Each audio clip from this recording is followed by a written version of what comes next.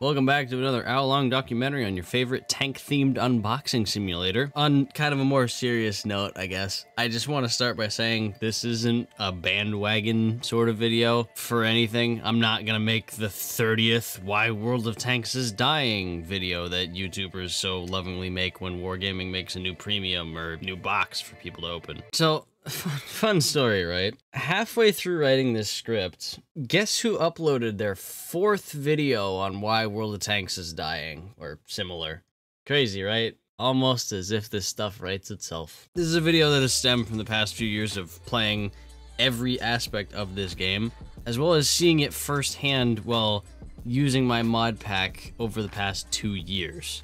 It's a video you won't see any of your favorite WotCCs make because they don't play every aspect of this game. I don't really blame them for that, because some parts of it are boring, but sure, I'll fill that gap. I want to make something abundantly clear now. This video is not why is World of Tanks dying, okay? We know World of Tanks is dying, we know why World of Tanks is dying, we play a game that is over 13 years old, and this is somehow still a conversation that's taking place. The game has been dying since somewhere between late 2016, when they started coming out with tanks like the Defender and the Scorpion G, and 1.0, when the removal of climbing, addition of stun, and premiums becoming way better than tech tree tanks kind of stuff started. It is no secret, we all know, we've known for a long time, that's not what I want to talk about today. Today, we're going to talk about seal clubbing. Because honestly, it's probably the biggest reason the game's never going to rebound. And yes, I already know, the first thought people are going to have, probably, is something like, we have so many things wrong with this game, and you pick seal clubbers as the biggest reason it won't rebound. Yeah. And it's kind of simple as to why. New players join the game, often from one of the hundreds of videos made about it, and they use a starter code from said video, right? It's sponsorship 101 at this point for pretty much every game. Upon joining the game, they get put into matches versus bots until they unlock a tier 6 or 7, I forget. If they platoon with anyone, they lose that special matchmaking queue immediately and never get it back, ever. And they probably have no idea what actually happened until someone would have to tell them. And a lot of them don't even know to ask. Once they do get into real games, they get killed like 100 times in a row, typically to unspotted enemies. And most of the time, this goes on until the person either gives up and never comes back, or they just stick through it and deal with it. Guess which solution's kind of easier in that situation? Only a small percentage of them actually continue playing, because this glass ceiling of unenjoyment blocks out a significant portion of people coming into the game. Simply put, stop watering a plant and see what happens to it, right? A game can be designed and executed with kind of subpar endgame experiences like loot boxes and whatever else, but if your new player experience majorly sucks, no one will stay long enough to get to that subpar endgame experience with loot boxes and whatever else we know is wrong with the game. If they don't make it there, then it may as well not even be there to a certain degree. I know this kind of new player burnout experience firsthand, because it's exactly the same experience as getting into a game like Rainbow Six Siege. You have all these maps to learn, all these different things that do a bunch of other different things, and you're gonna die a lot. Often for completely unknown reasons, and sometimes no actual reason at all. You'll just die, with really no explanation.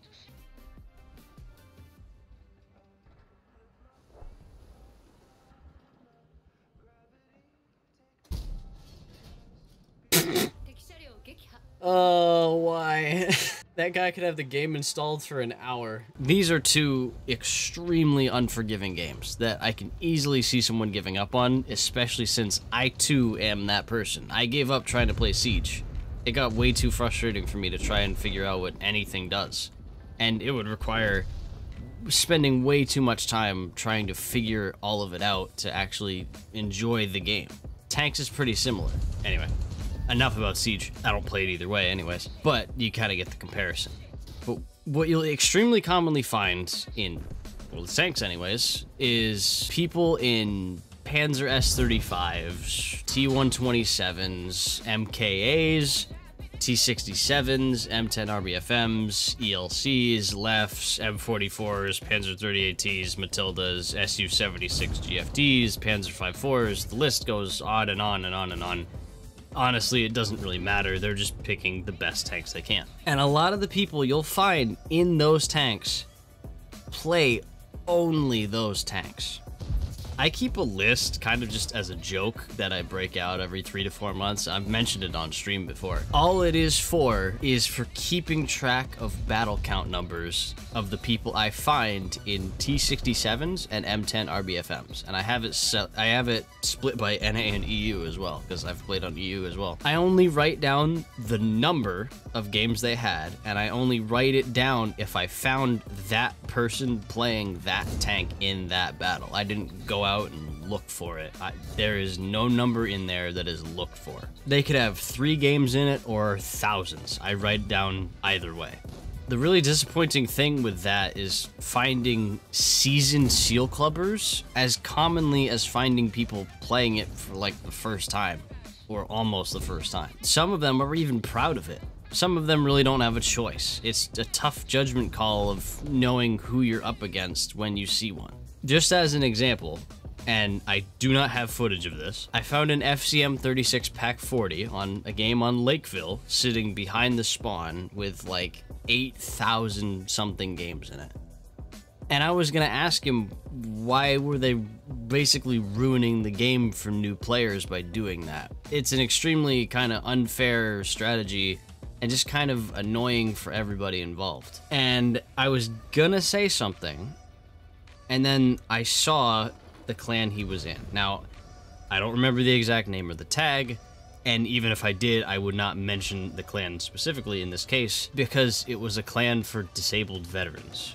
That situation presents kind of a problem with trying to fix the bigger problem. Some people physically do not have the reaction speed or the ability to memorize hundreds of tanks or whatever the case may be. They just want to play a tank game, and they don't really necessarily want to deal with all the stuff at higher tiers. Now, I can kind of understand why people don't want to play tiers 8 to 10, as it's a mess we're going to talk about some other time, but there's a problem with leaving people unchecked at tier 5 and underneath that for too long.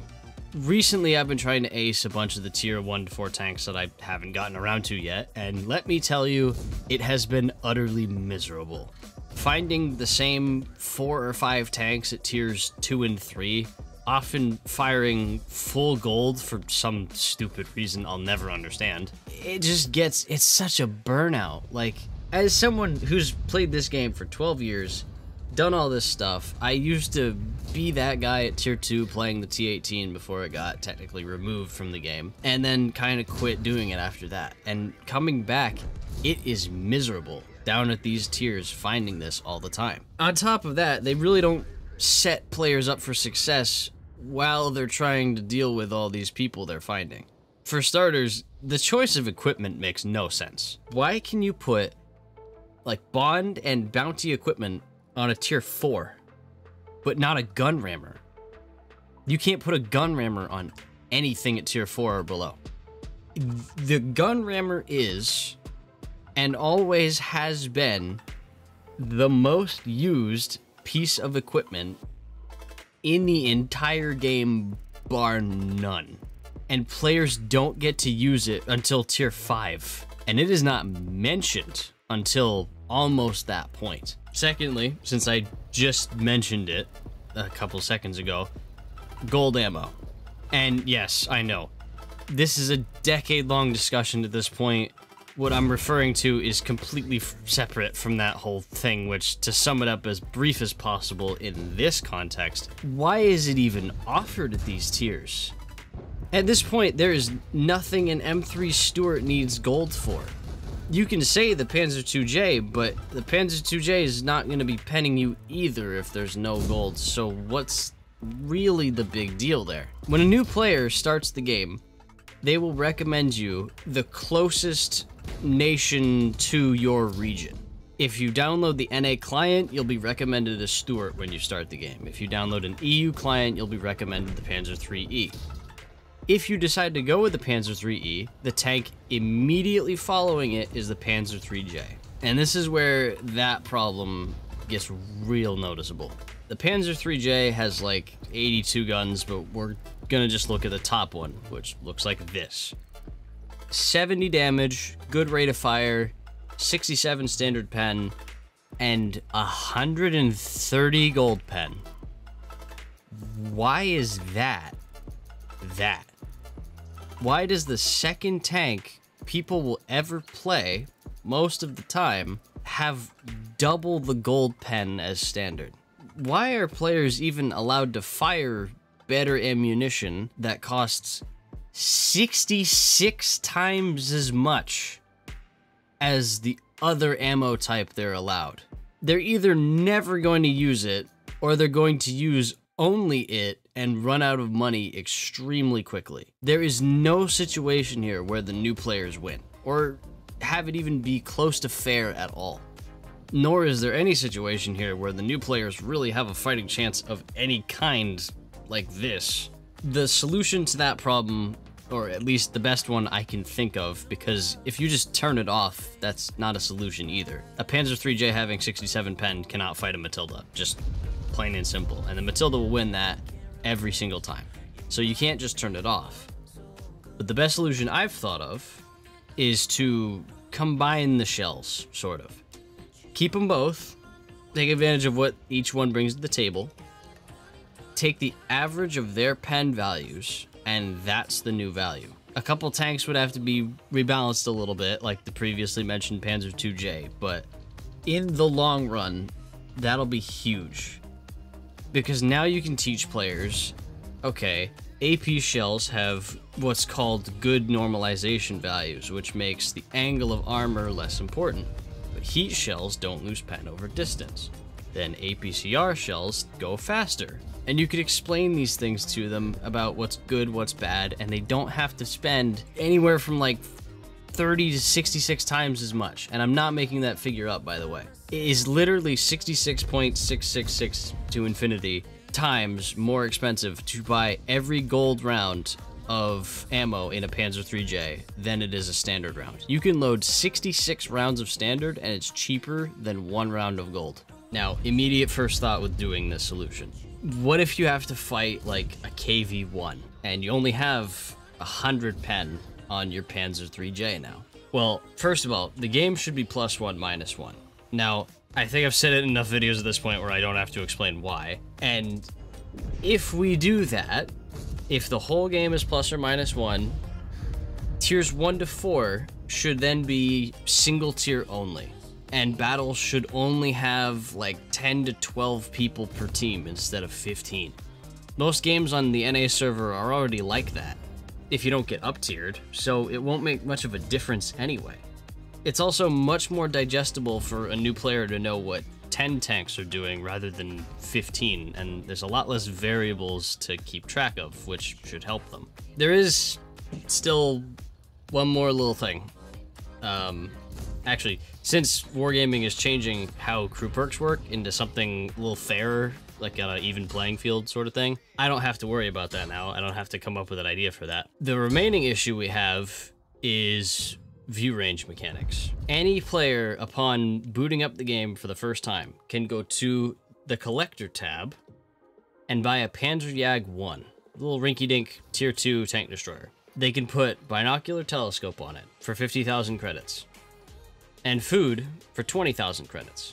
What results is a tier 2 tank destroyer with 422 meters view range, 1500 DPM at a tier where the average hit points are going to be less than 400, and 41% stationary camo. They will see, shoot, and kill anyone long before they get spotted or shot at in return, essentially every single time. The only course of action that works is to avoid them entirely, and either wait till they're the last person and attack in a group, or try to just approach from a different angle that's closer where they aren't looking. Those are your options. For experienced players, this is obvious, right? But for new players, this concept is entirely foreign to them as to how and why someone's clearly sitting right there, but you can't see them. My solution to this is to tastefully remove vegetation from the maps. Mostly in places that are common for very, very long-range snipers to be. So like the hills on Steps, Mannerheim Line, and some more could all have a lot of the bushes and trees removed. So it largely removes the problem of people being completely invisible, killing everyone with really no threat of any kind and never being seen in the process. At the same time, keeping like spotting bushes lets players still know about scout positions, and since Sixth Sense is free to everybody for a while now, everybody's gonna know, okay, I got spotted here, that means there's someone vaguely near me, and then they see a bush, and that's probably where he is. At least, right? As much as I dislike stuff like the T67 and M10 RBFM mains having this, doing it at tier 5 really wouldn't be as good of an idea for this system. Because that's when you start getting gun marks, it's where you start, you know, you can get a gun rammer now. Kind of dumb, but you can get a gun rammer only now, and a bunch of other stuff. So it wouldn't work as good at tier 5, unfortunately, because I would really love to gimp T67s and M10s and long-range tank destroyers in some way at tier 5, but I'm not quite sure how right now. Hate doing this, but going back again to what I briefly said before, a big part of trying to solve these problems is that you can't really just forcibly stop people from playing these tiers. I mean, you could, but it's kind of like putting water on an oil fire. The basic parts of it make sense until you think for like 2 seconds about what would actually happen if you did that. Much like SPG mains, people who only play tier 1 to 5 are still players of your game. They may moderately innocently be killing the game over time by ruining the experience for new players, but they're still players of your game. Disabled veterans play this game, amputees play this game, and I'm not going to argue that they're the majority, but they still exist. Taking out the one part of the game they feel at all comfortable to play is not a good idea, despite how often people say it would be fine. What you'll find in this game, and also in life as well, people often don't care about something just because it won't negatively affect them. As is often the case in this game though, if it's not a problem for me, then it's not a problem, is something I hear a lot. Or at least paraphrased. Been playing this game for 12 years. That kind of ideology has been here almost the whole time, and it never leads anywhere healthy. Something small that you also may have noticed, I have not censored any of the usernames of any of the players in this video. That's because they deserve to be known for what they're doing to the game. Some of their behavior in chat is also getting showcased because, as utterly stupid as this is, they genuinely don't see anything wrong with playing this tier that much. They see no irony in exclusively playing a tier where players are bad, and then complaining that, shocker, players are bad at that tier. The sheer number of times I've had to tell people a simple sentence like, it's tier 5 or it's tier 3, as plain as that, just to hopefully remind them of what's going on, is insane. And the number of times people have responded with, so? Is even more insane. A lot of these players genuinely do not understand the concept of lower tier battles being the host to inexperienced players. They have been down here so long, they have actually forgotten there are 6, 7 more tiers to this game, and learning how it works takes a long time, much longer than anyone should spend down at tiers lower than even 6, really. This is also the obligatory mentioning of don't go and harass anyone. This is not a witch hunt. This is not a bandwagon. Do not go and message these people. It's not worth it for anybody involved, and I don't want that. They don't want that. Just please don't. A lot of people down at lower tiers are retirees or stuff like that, fairly often from the military, and they don't have much else to do. I'm simply naming and shaming these players and these clans for what they are, and detailing the consequences of their innocent fun that is not really so innocent. So, congratulations, irrelevant of all situations or variables. These players are choking the life out of the game one player at a time. Now, some of these clans are on EU, some of these clans are on NA. I know I missed probably a dozen on each server, but I went through about 250 clans by hand, and these were the ones that clearly stuck out. And I didn't put a clan in here just because of one player. There had to be more than a few. When tier 1 to 4 has significantly less battles, even combined, than just tier 8 alone, but the rest of the tiers as well, why is this a big deal? Wargaming really has no idea how to solve any of these problems, outside of doing some small buffs to tier 3s that, in reality, only helps the seal clubbers. They're not willing to spend resources on the foundation of their game, because they do not realize it is the foundation of their game.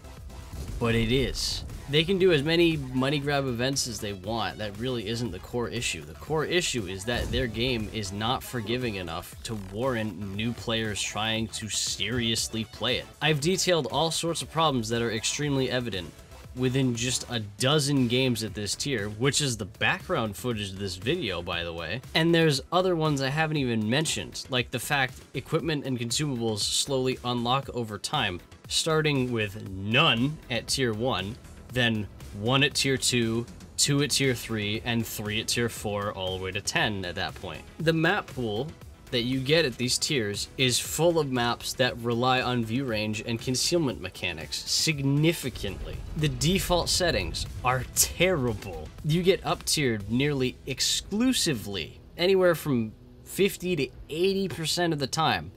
And that's not speculation, that's real. You can see this on TomatoGG server stats. Not explaining any of the tech tree lines in any capacity, anywhere, to anybody, not just new players.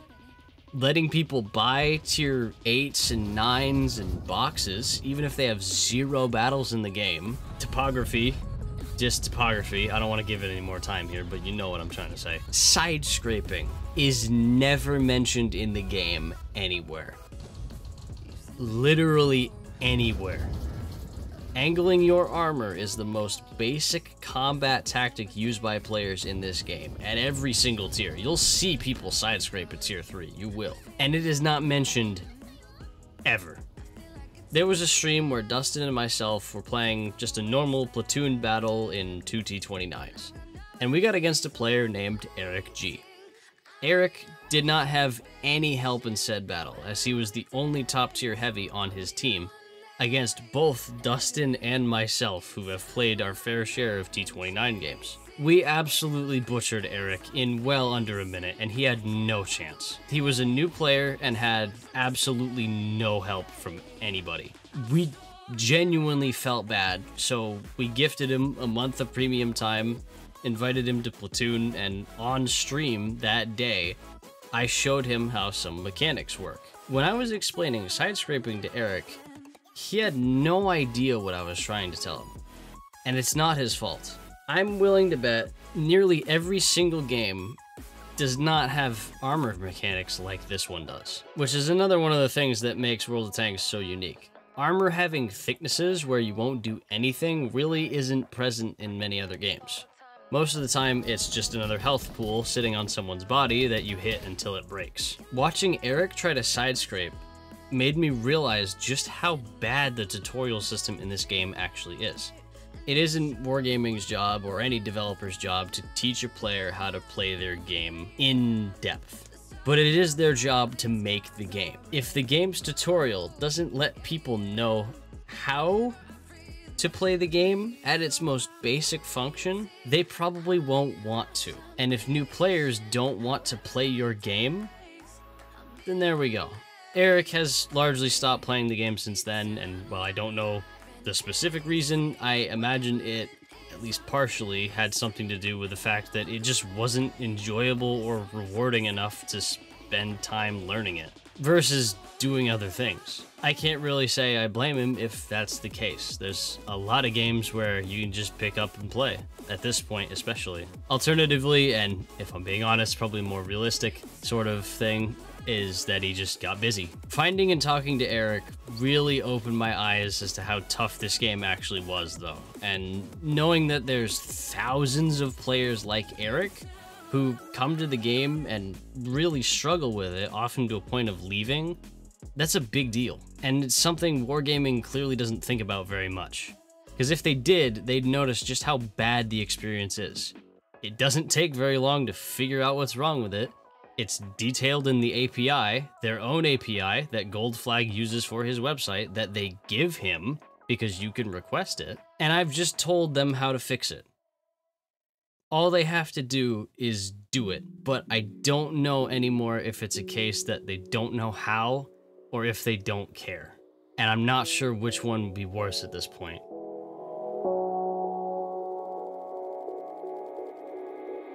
Can you feel the fire in your soul, leaping at the chance for love? Can you